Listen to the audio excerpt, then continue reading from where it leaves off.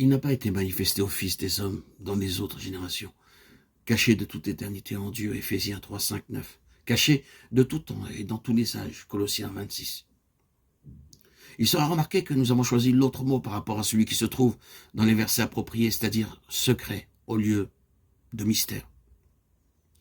Notre raison d'agir ainsi est d'éviter la nécessité de passer beaucoup de temps à expliquer que Paul ne pensait pas en termes de mystère en tant que tel, avec des différences. Il ne pensait pas non plus à quelque chose de mystérieux. Nous avons entendu des gens parler du christianisme mystique et du corps mystique de Christ.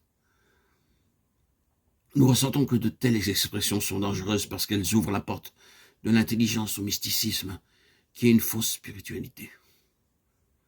Le mysticisme a conduit des multitudes de gens dans une position complètement fausse et de personnes trompées en ce qui concerne le christianisme. Nous désirons dire ici avec une grande force que contrairement à beaucoup de fausses définitions de l'épître aux Éphésiens, cette lettre se situe dans un domaine entièrement différent du mysticisme. Elle est intensément réelle et pratique. Il n'y a aucune illusion à ce propos. L'usage du mot secret devrait être facilement compris, tandis que le mot mystère suggère à l'intelligence ordinaire quelque chose qui est peu accessible à la compréhension. Par secret, nous voulons dire simplement que quelque chose n'était pas connu, mais caché ou gardé en réserve.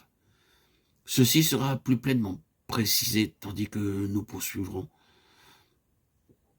Nous sommes ici principalement concernés par le fait du secret, non pas par sa nature, ce qui sera le sujet de prochains audios. Quant au fait, nous voulons dire que cela a précisément existé et a toujours été, et en toute chose, la grande réalité dans la pensée de Dieu.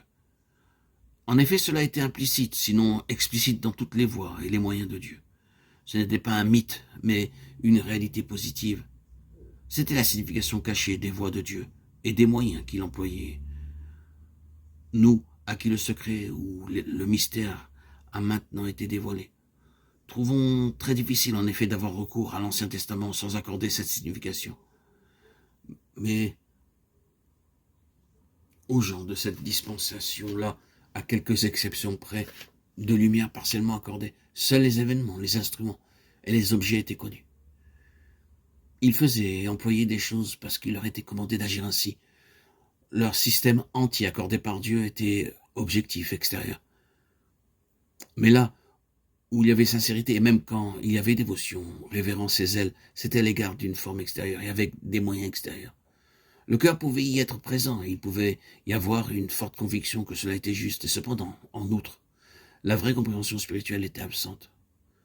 Ce manque de compréhension spirituelle pouvait, et cela se produisit souvent, signifier une conception erronée, et cette conception conduisait à un comportement dur et même cruel. Ce fait ressort de façon éclatante dans les jours où le Fils de Dieu se trouvait ici-bas dans la chair.